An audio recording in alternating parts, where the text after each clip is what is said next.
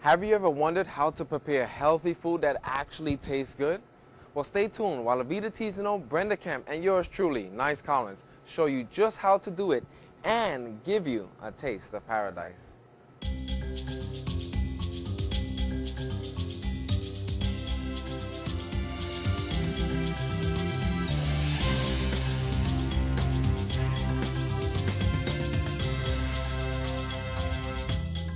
My name is Brenda Kemp. And my name is Avita Tizano.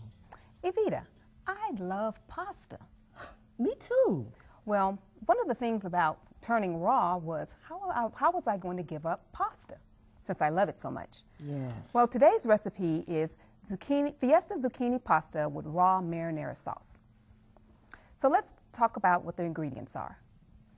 We'll be using 4 medium zucchinis, 1 cup of cilantro, 4 green onions chopped, 2 tablespoons of garlic cloves minced, 1 cup of cherry tomatoes chopped, a half a cup of red bell peppers chopped, 2 tablespoons of black sesame seeds, and 2 cups of spinach. So let's begin.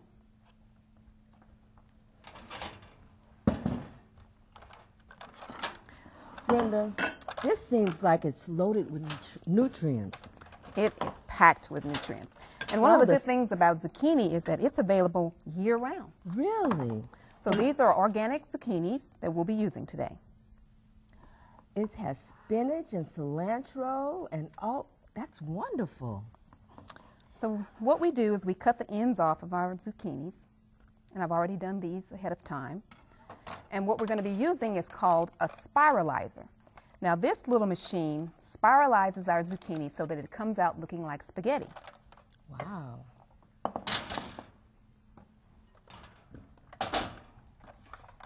So what we do is we put the back end of the zucchini onto there, we close it in with that, lock it in, and spiralize. Wow, look at that. We have left the skin on the zucchini because the skin, since it's green, it's packed with vitamins. But if you so choose, you can skin the zucchini.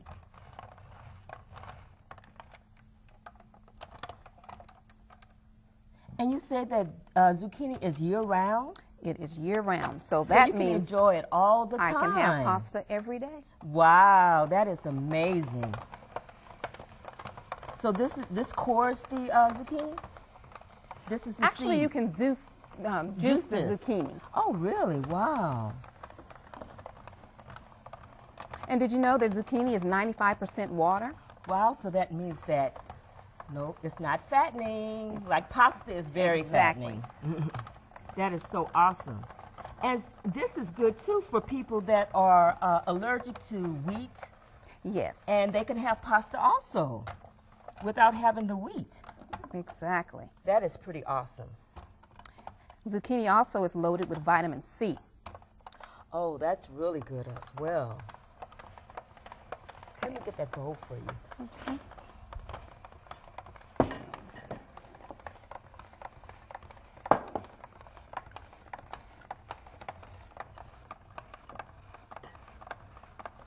It's also good exercise. Let's see, I didn't do that too good. Okay, got one more to do. We'll do this last one.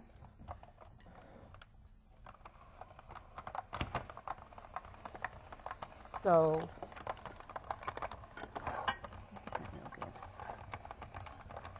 Leaving the skin on, look at the color of the zucchini mix. oh, it makes it real pretty. Okay, I think that's about enough. Okay. Let's get this out of your way.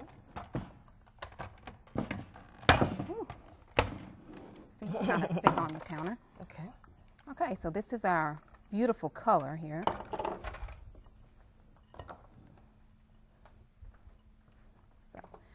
So then what we want to do, I have chopped up some spinach. There you go. So we'll add that. And spinach is rich in iron. That's very good for us. Yummy. Let's add in some cilantro. Yummy. And some green onions. And with all this green, let's add in some super bright red tomatoes. Oh, wow. That's going to be gorgeous. As well as some bell peppers.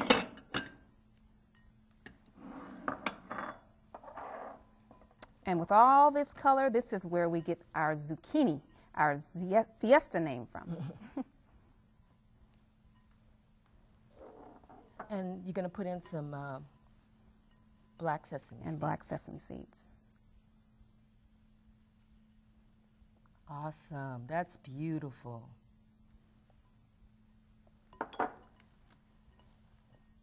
There we have it. So we're going to clear these things away, and let's start on the marinara sauce. Okay. And what you need for the marinara sauce is 4 Roma tomatoes chopped, 1 cup sun-dried tomatoes soaked and drained, 1 1/2 cup of red bell pepper, 1/4 cup of extra virgin olive oil, 2 cloves of garlic crushed, 1 teaspoon of sea salt, 2 tablespoons of fresh basil mixed, 2 tablespoons of fresh oregano minced, and 1/4 cup of olive oil. So let's begin. We have the Roma tomatoes and the sun-dried tomatoes, bell pepper, oregano, basil, garlic, sea salt, and olive oil. Can you believe that this is not cooked? No stove required. Wow, I'm wondering how that's going to taste. So we're going to process it now.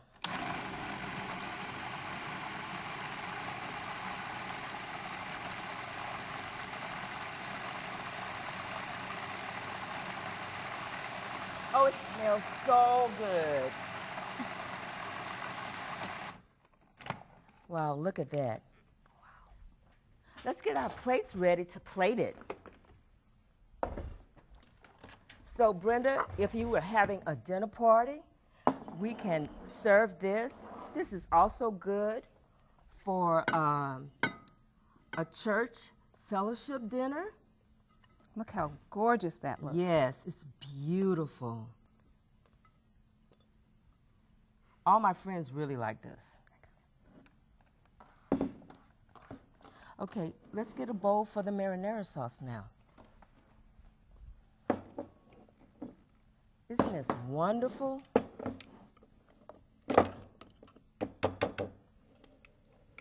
Do you have a spoon?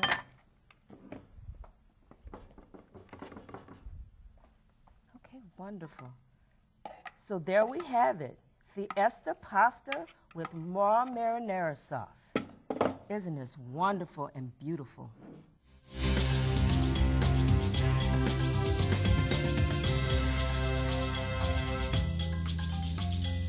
Balance and a blessing, carbohydrates.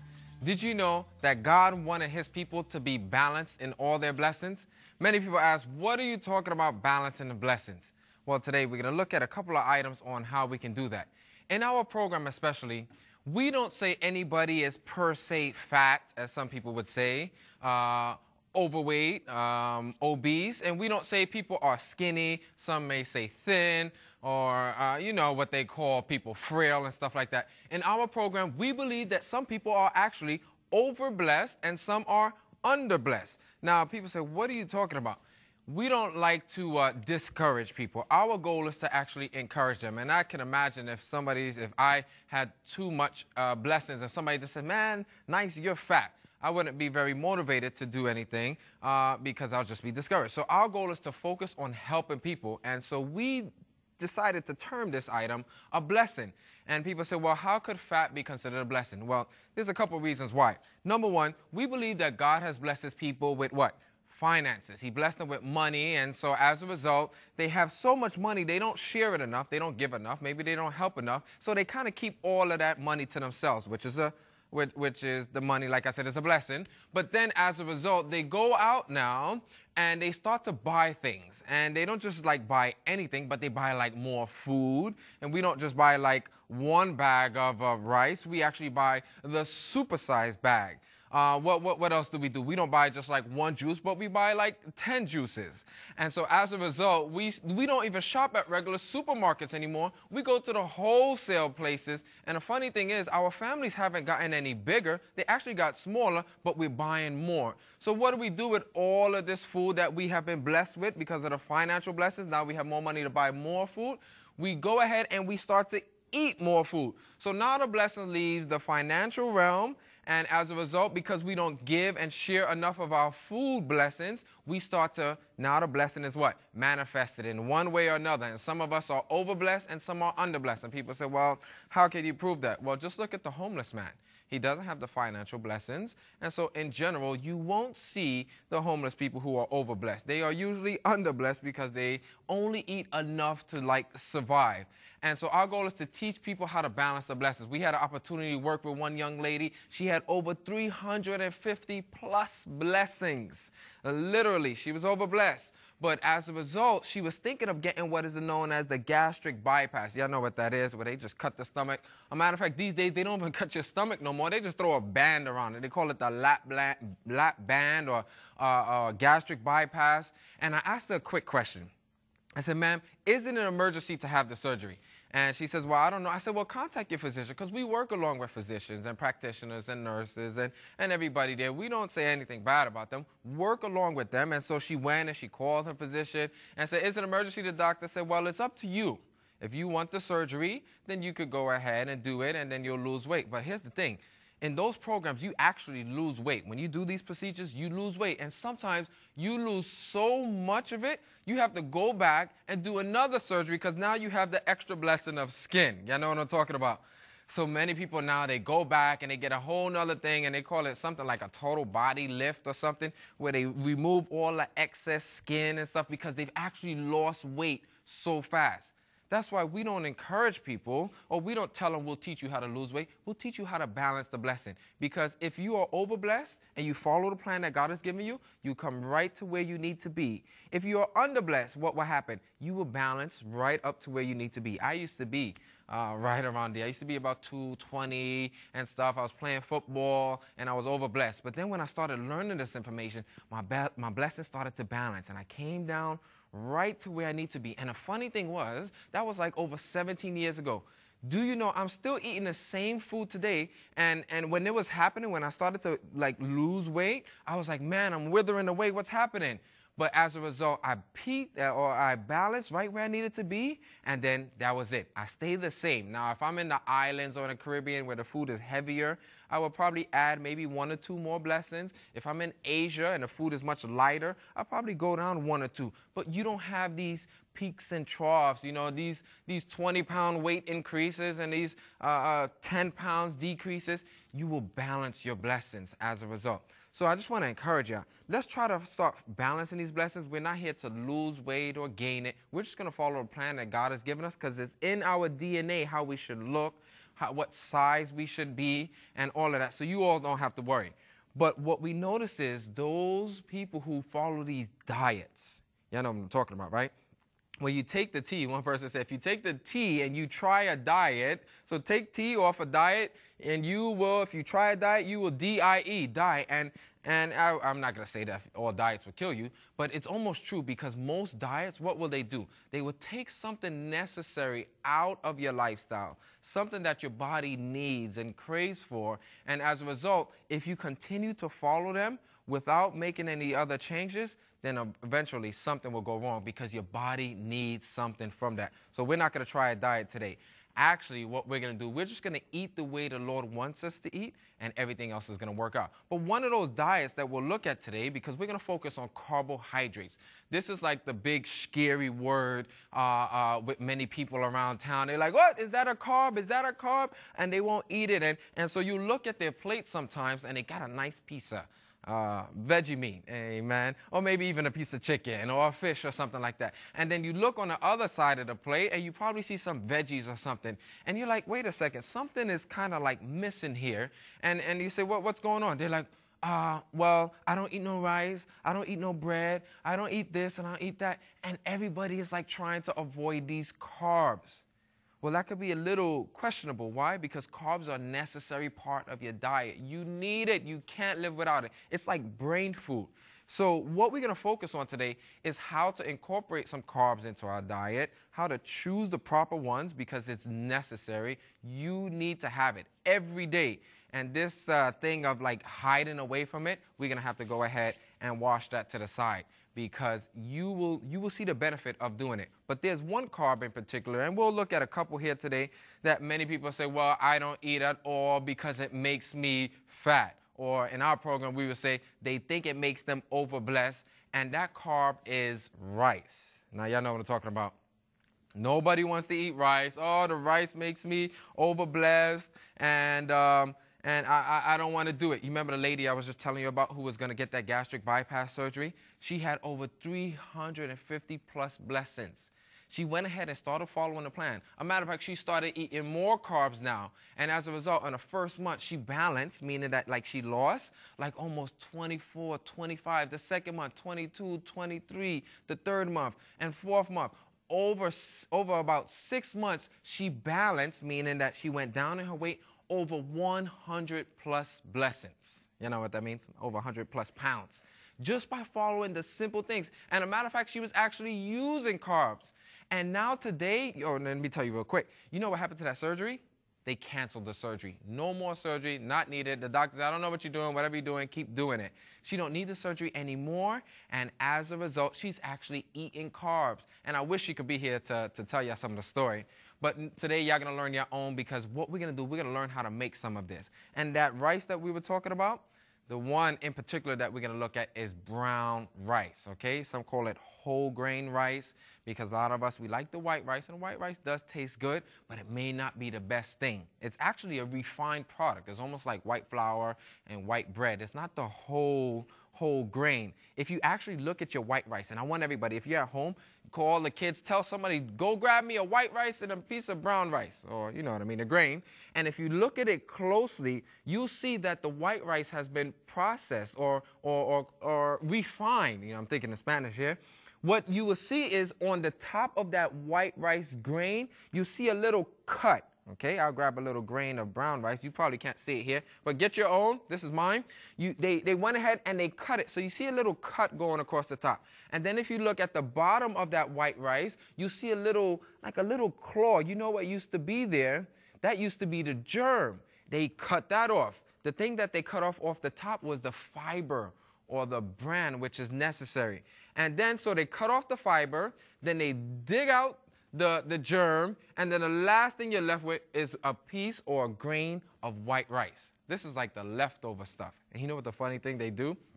With that bran that you just had, they take that, they probably mix it up, add a little sugar, they make cereal, and they call it whole grain, or not whole grain, bran flakes or something like that. And then they sell you that for another $5, $6, or whatever the currency is. And then they take that little germ that we were looking at, you know, if you look at your white rice, you'll see it. It'll be missing a little part. They take that germ and they put it in a glass jar.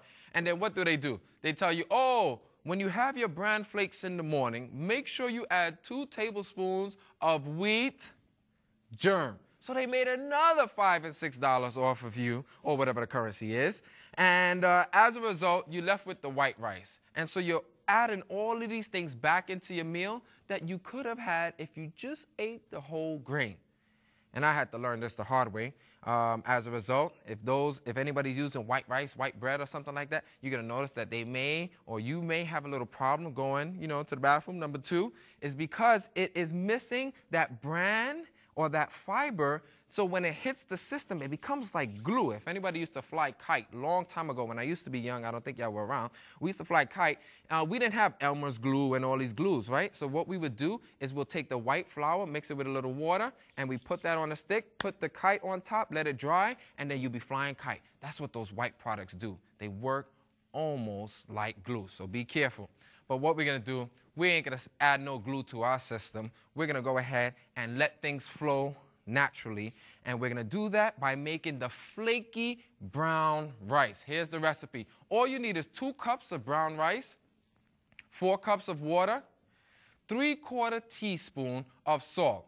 And anytime we do say salt in our program, you know what we're talking about. We're talking about sea salt. And that's all you need. A little problem where people say, oh, brown rice is great, but it takes so long to cook. Or I'm just so tired of it, and it's always so hard. Or if I do make it, I have to cook it properly. It becomes really sticky, and I feel like I need chopsticks to eat it. But you don't have to do that anymore, because today we're going to make flaky brown rice, which is almost like the white rice that you make.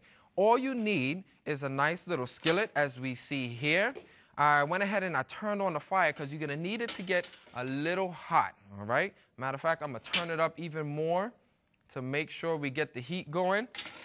You don't need any oil or anything like that. And you just take that 2 cups of brown whole grain rice. And a lot of people say, well, that's a little bit more expensive than white rice.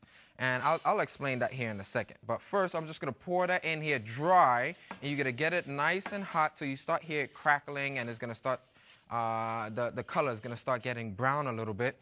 They say, well, a brown rice is more expensive than a white rice. And you know what? They may be onto something.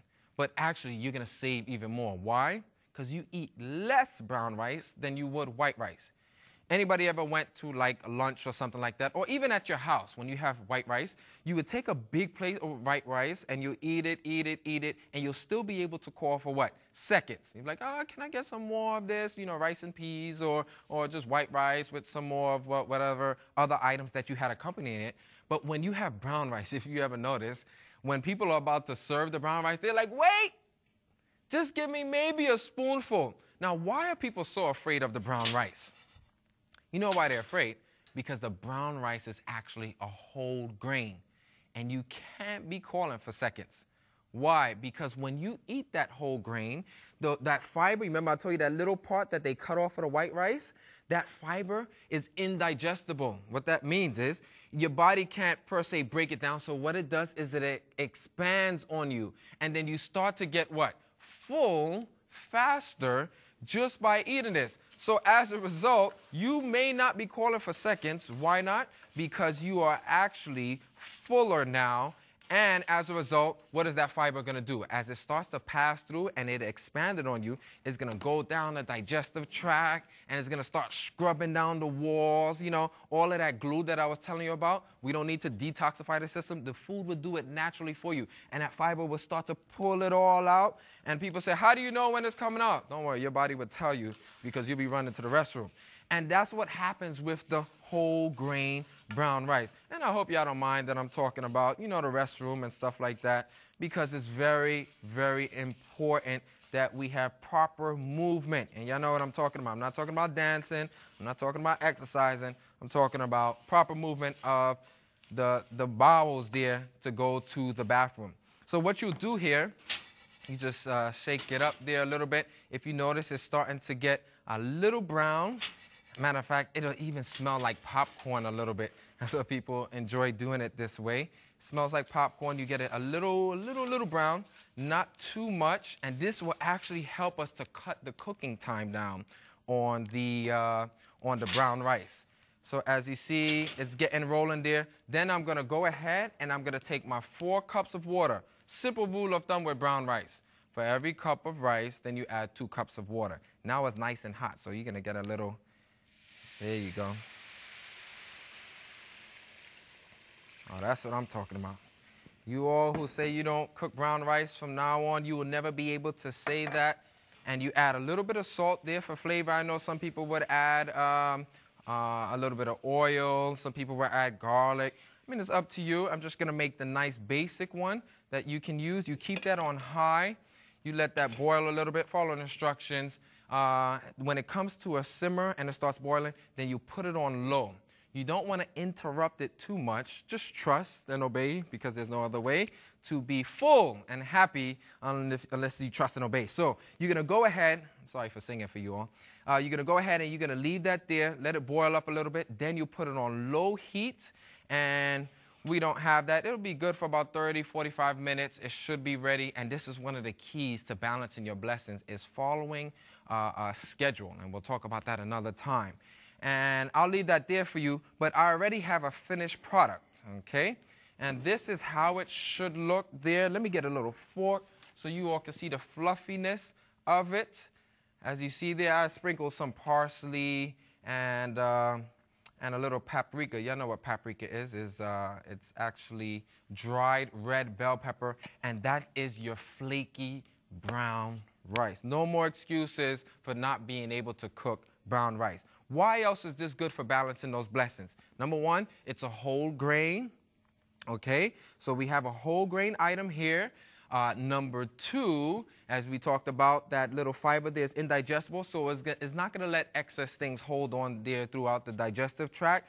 And number three, you eat less of it because you get full faster. But there's a couple of other carbs that people are afraid of. And if you take a look here with me, what do we have here? We have some bread. We have some whole grain bread. This is crucial. We need to start buying some more whole grain bread. A simple rule of thumb is that when you buy this whole grain bread, that it should only have about 3, 4, 5, maybe maximum 6 ingredients. Have you seen the loaves of bread lately?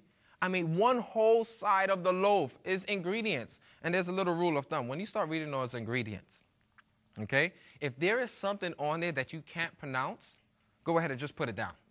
There's an old rule. When in doubt, leave it out. And that's what I want everybody to do. When you start reading ingredients and stuff at your supermarket, if you don't know what that means, just, exocrillosphate. I just made that up. Don't worry about it. Don't look for it.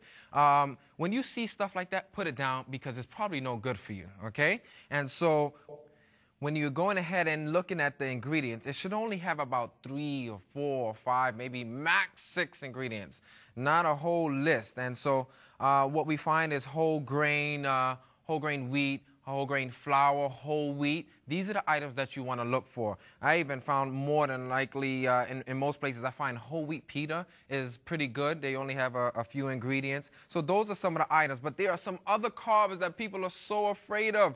And it's crucial that we understand this. There's 2 of my favorite. I don't know about you all, but maybe it's your favorite too. And one is potatoes, baked potatoes and sweet potatoes. Everybody is afraid of the potatoes. They always say, oh, the potatoes is fattening.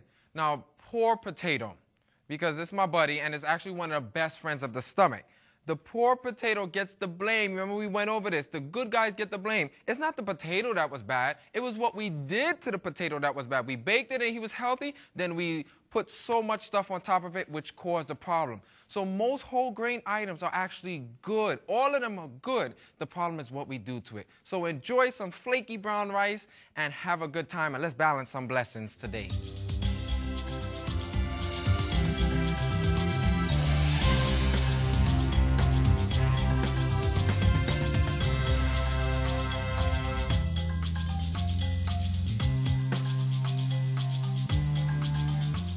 Have you ever